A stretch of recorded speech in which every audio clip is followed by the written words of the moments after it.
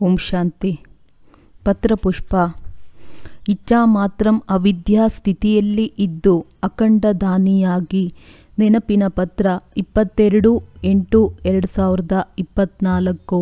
ಪರಮಪ್ರಿಯ ಅವ್ಯಕ್ತ ಮೂರ್ತಿ ಮಾತ್ಪಿತಾ ಬಾಪ್ದಾದಾರವರ ಅತಿ ಪ್ರಿಯ ಸದಾ ಸರ್ವ ಪ್ರಾಪ್ತಿಗಳಿಂದ ಸಂಪನ್ನ ಇಚ್ಛಾ ಮಾತ್ರಂ ಅವಿದ್ಯಾದ ಸ್ಥಿತಿಯಲ್ಲಿ ಇರುವಂತಹ ಅಖಂಡ ದಾನಿ, ಸರ್ವ ಕಾಮನೆಗಳಿಂದ ಮುಕ್ತ ನಿಮಿತ್ತ ಟೀಚರ್ ಸಹೋದರಿಯರು ಹಾಗೂ ದೇಶ ವಿದೇಶದ ಸರ್ವ ಬ್ರಾಹ್ಮಣ ಕುಲಭೂಷಣ ಸಹೋದರ ಸಹೋದರಿಯರೇ, ಈಶ್ವರೀಯ ಸ್ನೇಹ ಸಂಪನ್ನ ಮಧುರ ನೆನಪನ್ನು ಸ್ವೀಕಾರ ಮಾಡಿ. ನಂತರದ ಸಮಾಚಾರ. ಆಗಸ್ಟ್ ತಿಂಗಳಿನಲ್ಲಿ ಎಲ್ಲರೂ ತಪಸ್ವಿ ಮೂರ್ತಿಗಳಾಗಿ ಯೋಗ ತಪಸ್ಸಿನ ಜೊತೆ ಬೇಅದ್ದಿನ ಬಹಳಷ್ಟು ಸೇವೆಯನ್ನು ಮಾಡಿದ್ದೀರಿ. ಬಹಳ ಉಮಂಗ ಉತ್ಸಾಹದಿಂದ ಸೇವೆಯ ಸಮಾಚಾರ ಎಲ್ಲ ಕಡೆಯಿಂದ ಸಿಗುತ್ತಿದೆ. ಪ್ರೀತಿಯ ಬಾಪ್ ದಾದಾರವರಿಗೆ ನಾವೆಲ್ಲ ಮಕ್ಕಳ ಪ್ರತಿ ಇದೆ ಶುಭ ಆಸೆ ಇದೆ.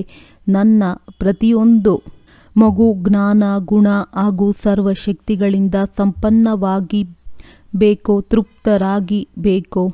ಇಚ್ಛಾ ಮಾತ್ರಂ ಅವಿದ್ಯಾ ಸ್ಥಿತಿಯಲ್ಲಿದ್ದು ಅನೇಕ ಆತ್ಮರ ಇಚ್ಛೆಯನ್ನು ಪೂರ್ಣ ಮಾಡಬೇಕು. ಬಾಬಾರವರು ಹೇಳುತ್ತಾರೆ, ಮಗು, ಈಗ ನೀವು ಜ್ಞಾನಿತ್ವ ಆತ್ಮ ಮಕ್ಕಳಿಗೆ ಯಾವುದೇ ಹದ್ದಿನ ಇಚ್ಛೆ ಇಟ್ಟುಕೊಳ್ಳಬಾರದು. ಏಕೆಂದರೆ ಇಚ್ಛೆ ಒಳ್ಳೆಯ ಕರ್ಮ ಸಮಾಪ್ತಿ ಮಾಡಿಬಿಡುತ್ತದೆ. ಈ ರೀತಿ ಎಂದೂ ಸಹ ಹೇಳಬೇಡಿ, ನಾನು ಮಾಡಿದೆ, ನನಗೆ ಇದರ ರಿಟರ್ನ್ ಸಿಗಬೇಕು, ನನಗೆ ನ್ಯಾಯ ಸಿಗಬೇಕು. ಈ ರೀತಿ ನ್ಯಾಯ ಬೇಡುವವರು ಆಗಬೇಡಿ. ಏಕೆಂದರೆ ಬೇಡುವವರು ಎಂದೂ ಸಹ ತಮ್ಮನ್ನು ತೃಪ್ತ ಆತ್ಮ ಎಂದು ಅನುಭವ ಮಾಡುವುದಿಲ್ಲ. ಹೇಗೆ ಬ್ರಹ್ಮ ತಂದೆ ಸ್ವಯಂನ ಸಮಯವನ್ನು ಸಹ ಸೇವೆಗಾಗಿ ಕೊಟ್ಟರು, ಸ್ವಯಂ ನಿರ್ಮಾಣರಾಗಿ ಮಕ್ಕಳಿಗೆ ಮಾನ್ಯತೆ ಕೊಟ್ಟರು, ತನ್ನದನ್ನು ತ್ಯಾಗ ಮಾಡಿ ಅನ್ಯರ ಹೆಸರನ್ನು ಮಾಡಿದರು. ಮಾಲೀಕತನದ ಮಾನ್ಯತೆಯನ್ನು ಸಹ ಕೊಟ್ಟು ಬಿಟ್ಟರು, ಗೌರವವನ್ನು ಸಹ ಕೊಟ್ಟರು, ಹೆಸರನ್ನು ಕೊಟ್ಟರು. ಈ ರೀತಿ ಫಾಲೋ ಫಾದರ್ ಮಾಡಿ ಇಚ್ಛಾ ಮಾತ್ರಂ ಅವಿದ್ಯಾನ ಸ್ಥಿತಿ ಬರುವುದು. ಇಲ್ಲವಾದರೆ ಅನೇಕ ಇಚ್ಛೆಗಳು ಆತ್ಮನನ್ನು ತೊಂದರೆ ಮಾಡುತ್ತದೆ. ಒಂದು ವಿನಾಶಿ ಇಚ್ಛೆ ಪೂರ್ಣವಾದರೆ ಅನೇಕ ಇಚ್ಛೆಗಳು ಜನ್ಮ ತೆಗೆದುಕೊಳ್ಳುತ್ತದೆ. ನಂತರ ಇಚ್ಛೆಗಳ ಚಕ್ರದಲ್ಲಿ ಜೇಡರ ಬಲೆಯಂತೆ ಸಿಕ್ಕಿ ಹಾಕಿಕೊಳ್ಳುತ್ತಾ ಹೋಗುವಿರಿ. ಬಿಡಿಸಿಕೊಳ್ಳಲು ಬಯಸದಿದ್ದರೂ ಸಾಧ್ಯವಾಗುವುದಿಲ್ಲ. ನೀವಂತೂ ಈ ಬಲೆಯಲ್ಲಿ ಸಿಕ್ಕಿ ಹಾಕಿಕೊಂಡಿರುವ ತಮ್ಮ ಸಹೋದರರನ್ನು ವಿನಾಶಿ ಇಚ್ಛೆಯಿಂದ ಹೊರೆ ತರಬೇಕು. ತಾವು ಈಶ್ವರಿಯ ಮಕ್ಕಳು, ದಾತನ ಮಕ್ಕಳು ಆಗಿರುವಿರಿ. ಸರ್ವ ಪ್ರಾಪ್ತಿಗೂ ನಿಮ್ಮ ಜನ್ಮಸಿದ್ಧ ಅಧಿಕಾರವಾಗಿದೆ. ಸದಾ ಇದೇ ನಶೆಯಲ್ಲಿ ಇರಿ. ಈಗ ಬಾಪ್ ದಾದ ಸಮಯದ ಮೊದಲೇ ಎಲ್ಲ ಮಕ್ಕಳನ್ನು ಸಂಪನ್ನ ಸ್ವರೂಪದಲ್ಲಿ, ತೃಪ್ತ ಸ್ವರೂಪದಲ್ಲಿ ನೋಡಲು ಬಯಸುತ್ತಾರೆ. ಏಕೆಂದರೆ ಈಗಿನ ಈ ಸಂಸ್ಕಾರಗಳ ಬಹಳ ಕಾಲದ ಪ್ರಾಪ್ತಿಯ ಅಧಿಕಾರಿಯನ್ನಾಗಿ ಮಾಡುವುದು. ಆದ್ದರಿಂದ ಎಂದೂ ಪುರುಷಾರ್ಥದ ಪ್ರಾರಬ್ಧದ ಇಚ್ಛೆಯನ್ನು ಇಟ್ಟುಕೊಳ್ಳಬೇಡಿ. ಏಕೆಂದರೆ ಪ್ರಾರಬ್ಧ ಭೋಗಿಸುವ ಇಚ್ಛೆ ಜಮಾ ಮಾಡಿಕೊಳ್ಳುವುದರಲ್ಲಿ ಕಡಿಮೆಯಾಗಿ ಬಿಡುತ್ತದೆ. ಪ್ರಾರಬ್ಧದ ಇಚ್ಛೆಯನ್ನು ಸಮಾಪ್ತಿ ಮಾಡಿ ಕೇವಲ ಒಳ್ಳೆಯ ಪುರುಷಾರ್ಥ ಮಾಡಿ. ಇಚ್ಛೆಯ ಬದಲಾಗಿ ಅಚ್ಚ ಒಳ್ಳೆಯದು ಶಬ್ದವನ್ನು ನೆನಪಿಡಿ. ಹೇಳಿ, ಎಲ್ಲರೂ ಇಂತಹ ಶ್ರೇಷ್ಠ ಸ್ಥಿತಿಯನ್ನು ಮಾಡಿಕೊಂಡಿದ್ದೀರಿ ಅಲ್ಲವೇ? ಸಂಗಮ ಯುಗದಲ್ಲಿ ನಾವು ಮಕ್ಕಳಿಗೆ ತಂದೆಯ ಮೂಲಕ ಯಾವ ಅವಿನಾಶಿ ಪ್ರಾಪ್ತಿಯೂ ಆಗುತ್ತಿದೆ. ಎಷ್ಟು ಇದರ ಸ್ಮೃತಿ ಸ್ವರೂಪ ಆಗುತ್ತಾ ಹೋಗುವಿರಿ, ಅಷ್ಟು ಸ್ವಯಂ ಸಾಹಸದ ಸಂಪನ್ನ ಅನುಭವ ಮಾಡುವಿರಿ. ಬಾಕಿ ವರ್ತಮಾನ ಸಮಯ 4-6 ಕಡೆ ಸೇವೆ ಚೆನ್ನಾಗಿ ನಡೆಯುತ್ತಿದೆ. ಶಾಂತಿವನದಲ್ಲಿ ಸೆಪ್ಟೆಂಬರ್ ತಿಂಗಳಿನಲ್ಲಿ 4-5 ದೊಡ್ಡ ಕಾನ್ಫರೆನ್ಸ್ ಇದೆ. ಬಾಬಾರವರ ಅನೇಕ ಹೊಸ ಹಳೆಯ ಮಕ್ಕಳು ಬಹಳ ಭರ್ಪೂರಾಗಿ ಹೋಗುತ್ತಾರೆ. ಒಳ್ಳೆಯದು. ಎಲ್ಲರಿಗೂ ನೆನಪು ಈಶ್ವರಿಯ ಸೇವೆಯಲ್ಲಿ. BK ರತನ್ ಮೋಹಿನಿ. ಈ ಅವ್ಯಕ್ತ ಸೂಚನೆಗಳು ಇಚ್ಛಾ ಮಾತ್ರಂ ಅವಿದ್ಯಾದ ಸ್ಥಿತಿಯ ಅನುಭವ ಮಾಡಿ ಹಾಗೂ ಮಾಡಿಸಿ. ಇಚ್ಛಾ ಮಾತ್ರಂ ಅವಿದ್ಯಾ ಇದು ದೇವತೆಗಳದ್ದಲ್ಲ, ನೀವು ಬ್ರಾಹ್ಮಣರ ಸ್ಥಿತಿ. ಏಕೆಂದರೆ ದೇವತೆಯರ ಜೀವನದಲ್ಲಂತೂ ಇಚ್ಛಾ ಅಥವಾ ಇಚ್ಛೆ ಇಲ್ಲದಿರುವ ಪ್ರಶ್ನೆಯೇ ಬರುವುದಿಲ್ಲ. ಇಲ್ಲಿ ಇದರ ನಾಲೆಡ್ಜ್ ಇದೆ. ಆದ್ದರಿಂದ ಇಚ್ಛಾ ಮಾತ್ರಂ ಅವಿದ್ಯಾದ ಸ್ಥಿತಿಯಲ್ಲಿ ಇರಿ. ಇದಕ್ಕೆ ಬ್ರಾಹ್ಮಣ ಜೀವನ ಎಂದು ಹೇಳಲಾಗುತ್ತದೆ. ಈ ಬ್ರಾಹ್ಮಣ ಜೀವನದಲ್ಲಿ ಸರ್ವ ಪ್ರಾಪ್ತಿ ಸಂಪನ್ನರಾಗಿ ಸರ್ವರ ಇಚ್ಛೆಗಳನ್ನು ಪೂರ್ಣ ಮಾಡುವಂತಹ ಕಾಮಧೇನು ಆಗಿದ್ದೀರಿ. ಯಾರು ಸಂಪನ್ನ ಆಗಿರುತ್ತಾರೆ ಅವರು ಸದಾ ಇಚ್ಛಾ ಮಾತ್ರಂ ಅವಿದ್ಯಾದ ಸ್ಥಿತಿಯಲ್ಲಿ ಇರುತ್ತಾರೆ. ಮನಸ್ಸಿನಿಂದ ಮುಗುಳ್ನಗುತ್ತಾ ಇರುತ್ತಾರೆ. ಅವರು ಸರ್ವ ಪ್ರಾಪ್ತಿ ಸಂಪನ್ನರಾಗಿ. ಆದ್ದರಿಂದ ಅವರ ಮನಸ್ಸು ಸೆಳೆತ ಆಕರ್ಷಣೆ ಯಾವುದೇ ವ್ಯಕ್ತಿ ಅಥವಾ ವಸ್ತುವಿನ ಕಡೆಗೆ ಹೋಗುವುದಿಲ್ಲ. ಇದಕ್ಕೆ ಮನ್ಮನಾಭವ ಎಂದು ಹೇಳಲಾಗುತ್ತದೆ. ಅವರಿಗೆ ಮನಸ್ಸನ್ನು ತಂದೆಯ ಕಡೆ ಜೋಡಿಸುವುದರಲ್ಲಿ ಪರಿಶ್ರಮ ಎನಿಸುವುದಿಲ್ಲ. ಆದರೆ ಸಹಜವಾಗಿ ಮನಸ್ಸು ತಂದೆಯ ಪ್ರೀತಿಯ ಸಂಸಾರದಲ್ಲಿ ಇರುತ್ತದೆ. ನೀವು ದಾತನ ಮಕ್ಕಳು, ಮಾಸ್ಟರ್ ದಾತ ಆಗಿದ್ದೀರಿ. ದಾತ ಎಂದರೆ ಸಂಪನ್ನ. ಇಂತಹ ಸಂಪನ್ನ ಆತ್ಮ ಸದಾ ಇಚ್ಛಾ ಮಾತ್ರಂ ಅವಿದ್ಯಾ ಸ್ಥಿತಿಯಲ್ಲಿ ಇರುತ್ತದೆ. ಅವರಿಗೆ ಸೂಕ್ಷ್ಮವಾಗಿ ತೆಗೆದುಕೊಳ್ಳುವ ಇಚ್ಛೆಯೂ ಇರುವುದಿಲ್ಲ, ಸ್ಥೂಲವಾಗಿ ತೆಗೆದುಕೊಳ್ಳುವ ಇಚ್ಛೆಯೂ ಇರುವುದಿಲ್ಲ. ಯಾವುದೇ ಅಪ್ರಾಪ್ತಿ ಅನುಭವ ಆಗುವುದಿಲ್ಲ. ಹಾಗಾಗಿ ಪಡೆದುಕೊಳ್ಳುವ ಇಚ್ಛೆಯೂ ಇರುವುದಿಲ್ಲ. ಅವರು ಸರ್ವ ಪ್ರಾಪ್ತಿ ಸಂಪನ್ನರಾಗಿ ಪ್ರಾಪ್ತಿ ಸಂಪನ್ನರು ಅನ್ಯರಿಗೂ ಪ್ರಾಪ್ತಿ ಮಾಡಿಸಬಹುದು. ಯಾರು ಸರ್ವ ಪ್ರಾಪ್ತಿಗಳಿಂದ ತೃಪ್ತರಾಗಿ ಅವರ ಸ್ಥಿತಿ ಸ್ವತಃವಾಗಿ ಇಚ್ಛಾ ಮಾತ್ರಂ ಅವಿದ್ಯಾ ಆಗಿರುತ್ತದೆ. ಅವರಲ್ಲಿ ಕಾಮನೆಯ ಬದಲಾಗಿ ಎದುರಿಸುವ ಶಕ್ತಿ ಇರುತ್ತದೆ. ಅವರು ಯಾರ ಇಚ್ಛೆಯನ್ನು ಬೇಕಾದರೂ ಪೂರ್ಣ ಮಾಡಬಹುದು. ಒಂದು ವೇಳೆ ಸ್ವಯಂನಲ್ಲಿಯೇ ಯಾವುದಾದರೂ ಇಚ್ಛೆ ಇರುತ್ತದೆ ಎಂದರೆ ಅವರು ಅನ್ಯರ ಇಚ್ಛೆಗಳನ್ನು ಪೂರ್ಣ ಮಾಡಲು ಸಾಧ್ಯವಿಲ್ಲ. ಇಚ್ಛಾ ಮಾತ್ರಂ ಅವಿದ್ಯಾದ ಸ್ಥಿತಿ ಅಥವಾ ಸ್ಟೇಜ್ ಯಾವಾಗ ತಯಾರಾಗುತ್ತದೆ ಎಂದರೆ ಸ್ವಯಂ ಯುಕ್ತಿಯುಕ್ತ, ಸಂಪನ್ನ, ಜ್ಞಾನಪೂರ್ಣ ಹಾಗೂ ಸದಾ ಸಫಲತಾ ಮೂರ್ತಿ ಆಗಿರುತ್ತಾರೆ. ಯಾರು ಸ್ವಯಂ ಸಫಲತಾ ಮೂರ್ತಿ ಆಗಿರುವುದಿಲ್ಲ ಅವರು ಅನೇಕ ಆತ್ಮರ ಸಂಕಲ್ಪವನ್ನೂ ಸಹ ಸಫಲ ಮಾಡಲು ಸಾಧ್ಯವಿಲ್ಲ. ಯಾರು ಸಂಪನ್ನರಾಗಿಲ್ಲ ಅವರಿಗೆ ಅವಶ್ಯವಾಗಿ ಇಚ್ಛೆಗಳು ಇರುತ್ತದೆ.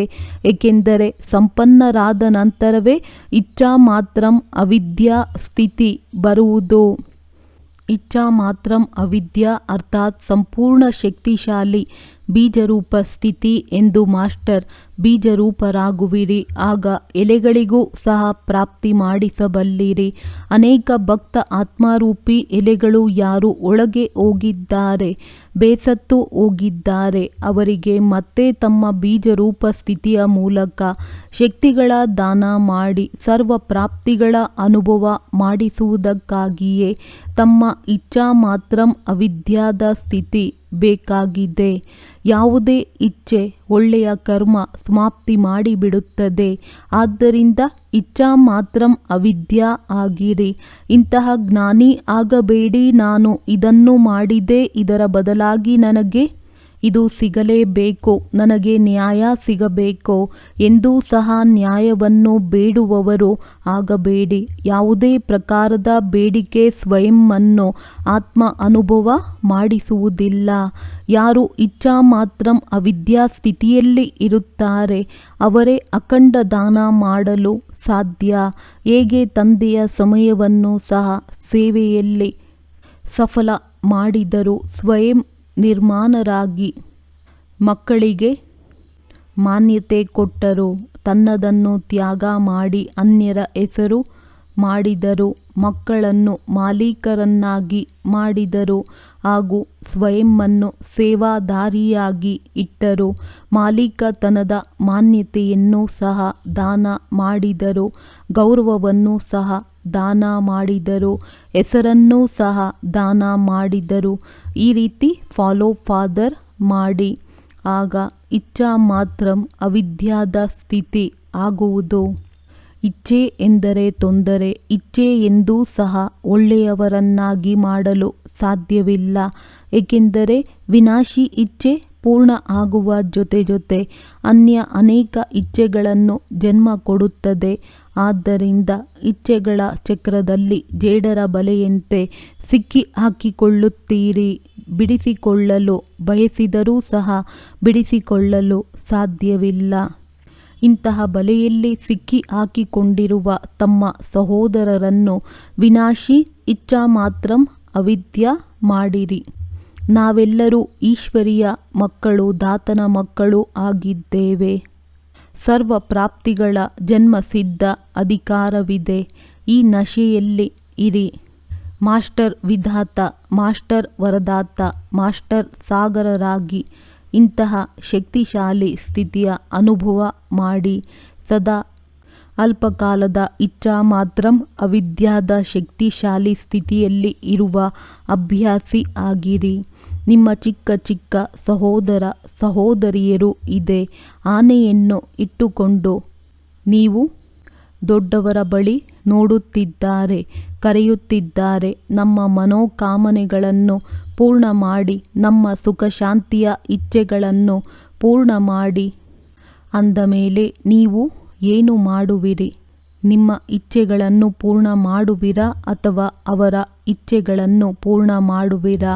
ಇಂದು ನಿಮ್ಮ ಹೃದಯದಿಂದ ಇದೇ ಶ್ರೇಷ್ಠ ನಗಾರಿ ಹೊರಬರುವುದು. ಇಚ್ಛಾ ಮಾತ್ರಂ ಅವಿದ್ಯ. ಎಲ್ಲರ ಇಚ್ಛೆ ಪೂರ್ಣವಾಗುವುದು. ನೀವು ಮಕ್ಕಳು ವಿಶ್ವದ ಆಧಾರ ಮೂರ್ತಿ ಆಗಿದ್ದೀರಿ. ವಿಶ್ವದ ಮುಂದೆ ಪ್ರಪಂಚ ಬೆಳಕಾಗಿದ್ದ ವಿಶ್ವದ ಕುಲದೀಪಕ ಆಗಿದ್ದೀರಿ. ಇದು ನಿಮ್ಮ ಶ್ರೇಷ್ಠ ಮಹಿಮೆ ಆಗಿದೆ. ಇಂತಹ ಶ್ರೇಷ್ಠ ಮಹಿಮೆಯ ಅಧಿಕಾರಿ ಆತ್ಮಗಳು ಈಗ ವಿಶ್ವದ ಮುಂದೆ ತಮ್ಮ ಸಂಪನ್ನ ರೂಪದಲ್ಲಿ ಪ್ರತ್ಯಕ್ಷ ಆಗಿ ತೋರಿಸಿ. ಒಂದು ವೇಳೆ ಇದುವರೆಗೂ ತಮ್ಮ ಹದ್ದಿನ ಆಸೆಗಳನ್ನು ಪೂರ್ಣ ಮಾಡುವುದರ ಇಚ್ಛೆ ಇದ್ದರೆ ಸ್ವಲ್ಪ ಹೆಸರು ಬೇಕೋ, ಮಾನ್ಯತೆ ಬೇಕೋ, ಗೌರವ ಬೇಕೋ, ಸ್ನೇಹ ಬೇಕೋ, ಶಕ್ತಿ ಬೇಕೋ, ಈ ರೀತಿ ಸ್ವಯಂನ ಪ್ರತಿ ಇಚ್ಛೆಗಳು ಇದ್ದರೆ ಇಚ್ಛಾ ಮಾತ್ರಂ ಅವಿದ್ಯಾನ ಸ್ಥಿತಿಯ ಮೂಲಕ ವಿಶ್ವದ ಇಚ್ಛೆಗಳನ್ನು ಎಂದು ಪೂರ್ಣ ಮಾಡುವಿರಿ.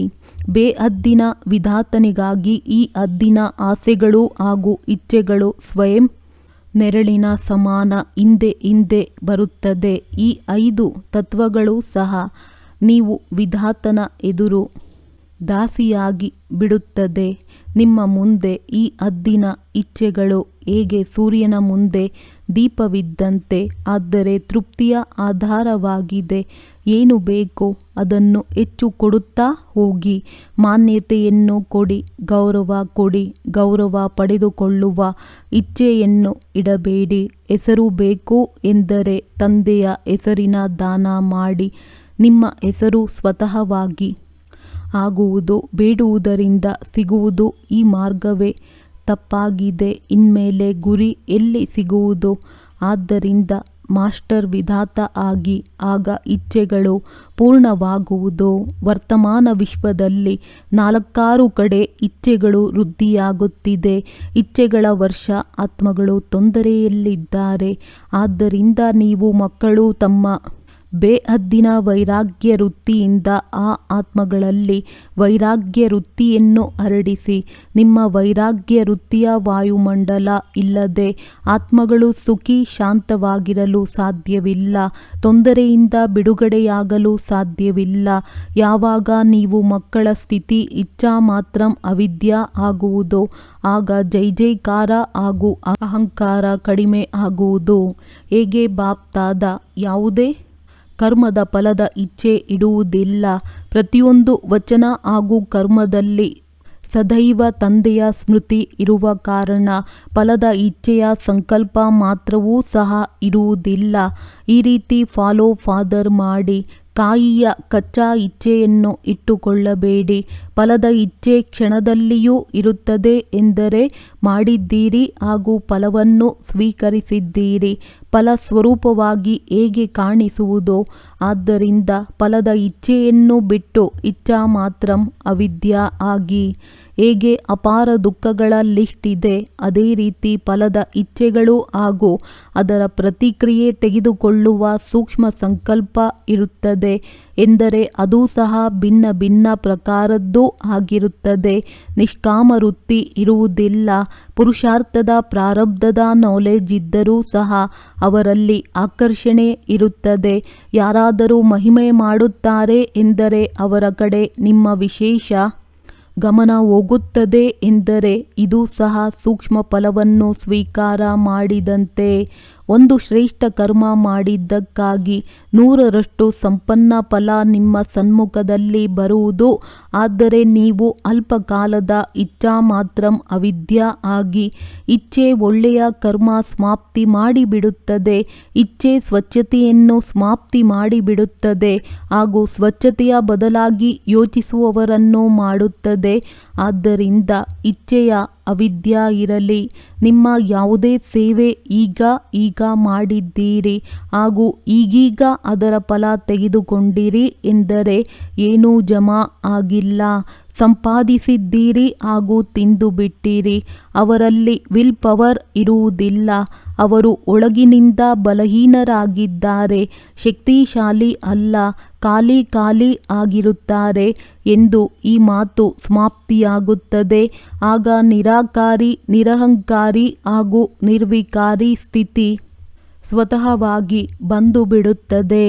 ನೀವು ಮಕ್ಕಳು ಎಷ್ಟು ಪ್ರತಿಯೊಂದು ಕಾಮನೆಗಳಿಂದ ಭಿನ್ನ ಇರುತ್ತೀರಿ, ಅಷ್ಟು ನಿಮ್ಮ ಪ್ರತಿಯೊಂದು ಕಾಮನೆ ಸಹಜವಾಗಿ ಪೂರ್ತಿಯಾಗುತ್ತದೆ. ಸೌಲಭ್ಯಗಳನ್ನು ಬೇಡಿ ದಾತರಾಗಿ ಕೊಡಿ. ಯಾವುದೇ ಸೇವೆಯ ಪ್ರತಿ ಅಥವಾ ಸ್ವಯಂ ಪ್ರತಿ ಸ್ಯಾಲ್ವೇಷನ್ ಆಧಾರದ ಮೇಲೆ ಉನ್ನತಿ ಅಥವಾ ಸೇವೆಯ ಅಲ್ಪಕಾಲದ ಸಫಲತೆ ಪ್ರಾಪ್ತಿಯಾಗುವುದು. ಆದರೆ ಇಂದು ಮಹಾನ್ ಆಗಿರುತ್ತಾರೆ, ನಾಳೆ ಮಹಾನತೆಯ ಬಾಯಾರಿರುವ ಆತ್ಮಗಳಾಗಿ ಬಿಡುತ್ತಾರೆ. ಸದಾ ಪ್ರಾಪ್ತಿಯ ಇಚ್ಛೆಯಲ್ಲಿ ಇರುತ್ತಾರೆ. ಆದ್ದರಿಂದ ಇಚ್ಛಾ ಮಾತ್ರಂ ಅವಿದ್ಯಾ ಆಗಿ. ಇಂದೂ ಸಹ ನ್ಯಾಯವನ್ನು ಬೇಡುವವರು ಆಗಬೇಡಿ. ಯಾವುದೇ ಪ್ರಕಾರದ ಬೇಡುವವರು ಸ್ವಯಂವನ್ನು ತೃಪ್ತ ಆತ್ಮ ಅನುಭವ ಮಾಡುವುದಿಲ್ಲ. ಮಹಾದಾನಿ ಭಿಕಾರಿಯಿಂದ 1 ಪೈಸೆಯನ್ನು ತೆಗೆದುಕೊಳ್ಳುವ ಆಸೆಯನ್ನು ಇಟ್ಟುಕೊಳ್ಳುವುದಿಲ್ಲ. ಇವರು ಬದಲಾಗಲಿ ಅಥವಾ ಇವರು ಮಾಡಲಿ, ಇವರು ಏನಾದರೂ ಸಹಯೋಗ ಕೊಡಲಿ, ಮುಂದೆ ಹೆಜ್ಜೆ ಇಡಲಿ. ಇಂತಹ ಸಂಕಲ್ಪ ಹಾಗೂ ಸಹಯೋಗದ ಭಾವನೆ ಪರವಶವಾಗಿದೆ, ಶಕ್ತಿಹೀನವಾಗಿದೆ. ಭಿಕಾರಿ ಆತ್ಮನಿಂದ ಏನೂ ಪಡೆಯಲು ಸಾಧ್ಯ. ಒಂದು ವೇಳೆ ಯಾವುದೇ ನಿಮ್ಮ ಸಹಯೋಗಿ ಸಹೋದರ ಅಥವಾ ಸಹೋದರಿ ಪರಿವಾರದ ಆತ್ಮಗಳು ತಿಳುವಳಿಕೆ ರಹಿತ ಅಥವಾ ಬಾಲ್ಯತನದ ಹಠದಿಂದ ಅಲ್ಪಕಾಲದ ವಸ್ತುವನ್ನು ಸದಾಕಾಲದ ಪ್ರಾಪ್ತಿ ಎಂದುಕೊಂಡು ಅಲ್ಪಕಾಲದ ಮಾನ್ಯತೆ, ಗೌರವ, ಹೆಸರು ಹಾಗೂ ಅಲ್ಪಕಾಲದ ಪ್ರಾಪ್ತಿಯ ಇಚ್ಛೆ ಇಟ್ಟುಕೊಂಡರೆ ಅನ್ಯರಿಗೆ ಮಾನ್ಯತೆ ಕೊಟ್ಟು ಸ್ವಯಂವನ್ನು ನಿರ್ಮಾಣರನ್ನಾಗಿ ಈ ರೀತಿ ಕೊಡುವುದೇ ಸದಾಕಾಲಕ್ಕಾಗಿ ತೆಗೆದುಕೊಳ್ಳುವುದಾಗಿದೆ. ಯಾರಿಂದಲೂ ಯಾವುದೇ ಸ್ಯಾಲ್ವೇಷನ್ ಪಡೆದುಕೊಂಡು ನಂತರ ಸ್ಯಾಲ್ವೇಷನ್ ಕೊಡುವ ಸಂಕಲ್ಪವೂ ಸಹ ಇರದಿರಲಿ. ಈ ಅಲ್ಪಕಾಲದ ಇಚ್ಛೆಯಿಂದ ಬೆಗ್ಗರ್ ಆಗಿ. ಎಲ್ಲಿಯವರೆಗೂ ಯಾವುದೇ ಅಂಶ ಮಾತ್ರದ ಯಾವುದೇ ರಸ ಕಾಣಿಸುತ್ತದೆ ಎಂದರೆ ಅಸಾರ ಸಂಸಾರದ ಅನುಭವ ಆಗುವುದಿಲ್ಲ, ಬುದ್ಧಿಯಲ್ಲಿ ಬರುವುದಿಲ್ಲ. ಇವರೆಲ್ಲರೂ ಸತ್ತು ಬಿದ್ದಿದ್ದಾರೆ. ಅಲ್ಲಿಯವರೆಗೂ ಯಾವುದೇ ಪ್ರಾಪ್ತಿಯ ಇಚ್ಛೆ ಇರಬಹುದು. ಆದರೆ ಸದಾ ಒಬ್ಬರ ರಸದಲ್ಲಿ ಇರುವವರು ಏಕರಸ ಸ್ಥಿತಿಯಾಗಿ ಬಿಡುತ್ತಾರೆ. ಅವರಿಗೆ ಹೆಣದಿಂದ ಯಾವುದೇ ಪ್ರಕಾರದ ಪ್ರಾಪ್ತಿಯ ಕಾಮನೆ ಇರುವುದಿಲ್ಲ. ವಿನಾಶಿ ರಸ ತನ್ನ ಕಡೆ ಆಕರ್ಷಿತ ಮಾಡುವುದಿಲ್ಲ. ಅನೇಕ ಪ್ರಕಾರದ ಕಾಮನೆಗಳು ಎದುರಿಸುವುದರಲ್ಲಿ ವಿಘ್ನ ತರುತ್ತದೆ. ಯಾವಾಗ ಈ ಕಾಮನೆಯನ್ನು ಇಟ್ಟುಕೊಳ್ಳುತ್ತೀರಿ, ನನ್ನ ಹೆಸರಾಗಲಿ. ನಾನು ಈ ರೀತಿ ಇದ್ದೇನೆ, ನನ್ನಿಂದ ಏಕೆ ಅಭಿಪ್ರಾಯವನ್ನು ತೆಗೆದುಕೊಳ್ಳುವುದಿಲ್ಲ, ನನಗೆ ಏಕೆ ಬೆಲೆ ಕೊಡುವುದಿಲ್ಲ. ಆಗ ಸೇವೆಯಲ್ಲಿ ವಿಘ್ನ ಬರುತ್ತದೆ. ಆದ್ದರಿಂದ ಮನಸ್ಸಿನ ಇಚ್ಛೆಗಳನ್ನು ಬಿಟ್ಟು ಸ್ವಮಾನದಲ್ಲಿ ಸ್ಥಿತವಾಗಿ ಆಗ ಮಾನ್ಯತೆ ನೆರಳಿನಂತೆ ನಿಮ್ಮ ಹಿಂದೆ ಬರುವುದು.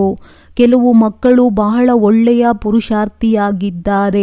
ಆದರೆ ಪುರುಷಾರ್ಥ ಮಾಡುತ್ತಾ ಒಮ್ಮೆ ಒಳ್ಳೆಯ ಪುರುಷಾರ್ಥ ಮಾಡಿದ ನಂತರ ಇಲ್ಲೇ ಪ್ರಾರಬ್ಧವನ್ನು ಭೋಗಿಸುವ ಇಚ್ಛೆ ಇಟ್ಟುಕೊಳ್ಳುತ್ತಾರೆ. ಈ ಭೋಗಿಸುವ ಇಚ್ಛೆ ಜಮಾ ಆಗುವುದರಲ್ಲಿ ಕೊರತೆ ತಂದು ಬಿಡುತ್ತದೆ. ಆದ್ದರಿಂದ ಪ್ರಾರಬ್ಧದ ಇಚ್ಛೆಯನ್ನು ಸಮಾಪ್ತಿ ಮಾಡಿ ಕೇವಲ ಒಳ್ಳೆಯ ಪುರುಷಾರ್ಥ ಮಾಡಿ ಇಚ್ಛೆಯ ಬದಲಾಗಿ ಒಳ್ಳೆಯ ಶಬ್ದವನ್ನು ನೆನಪಿನಲ್ಲಿ ಇಟ್ಟುಕೊಳ್ಳಿ. ಭಕ್ತರಿಗೆ ಸರ್ವ ಪ್ರಾಪ್ತಿ ಮಾಡಿಸುವ ಆಧಾರ ಇಚ್ಛಾ ಮಾತ್ರಂ ಅವಿದ್ಯಾನ ಸ್ಥಿತಿ ಎಂದು ಸ್ವಯಂ ಇಚ್ಛಾ ಮಾತ್ರಂ ಅವಿದ್ಯ ಆಗಿಬಿಡುವಿರಿ. ಅಂದರೆ ಅನ್ಯ ಆತ್ಮರ ಸರ್ವ ಇಚ್ಛೆಗಳನ್ನು ಪೂರ್ಣ ಮಾಡಲು ಸಾಧ್ಯ. ಯಾವುದೇ ಇಚ್ಛೆ ತಮ್ಮ ಪ್ರತಿ ಇಟ್ಟುಕೊಳ್ಳಬೇಡಿ. ಆದರೆ ಅನ್ಯ ಆತ್ಮಗಳ ಇಚ್ಛೆಗಳನ್ನು ಪೂರ್ಣ ಮಾಡುವ ಬಗ್ಗೆ ಯೋಚಿಸಿ. ಆಗ ಸ್ವಯಂ ಸ್ವತಃ ಸಂಪನ್ನ ಆಗಿಬಿಡುವಿರಿ. ಈಗ ವಿಶ್ವದ ಆತ್ಮಗಳ ಅನೇಕ ಪ್ರಕಾರದ ಇಚ್ಛೆಗಳು ಅರ್ಥಾತ್ ಕಾಮನೆಗಳನ್ನು ಪೂರ್ಣ ಮಾಡುವ ಸಂಕಲ್ಪ ಧಾರಣೆ ಮಾಡಿ. ಅನ್ಯರ ಇಚ್ಛೆಗಳನ್ನು ಪೂರ್ಣ ಮಾಡುವುದು ಅರ್ಥ ಸ್ವಯಂ ಇಚ್ಛಾ ಮಾತ್ರಂ ಅವಿದ್ಯ ಆಗುವುದು. ಹೇಗೆ ಕೊಡುವುದು ಎಂದರೆ ತೆಗೆದುಕೊಳ್ಳುವುದಾಗಿ. ಇದೇ ರೀತಿ ಅನ್ಯರ ಇಚ್ಛೆಗಳನ್ನು ಪೂರ್ಣ ಮಾಡುವುದು ಅರ್ಥಾತ್ ಸ್ವಯಂವನ್ನು ಸಂಪನ್ನ ಮಾಡಿಕೊಳ್ಳುವುದು. ಇಲ್ಲ, ಸದಾ ಇದೇ ಲಕ್ಷ್ಯವನ್ನು ಇಟ್ಟುಕೊಳ್ಳಿ. ನಾವು ಸರ್ವರ ಕಾಮನೆಗಳನ್ನು ಪೂರ್ಣ ಮಾಡುವಂತಹ ಮೂರ್ತಿ ಆಗಬೇಕು.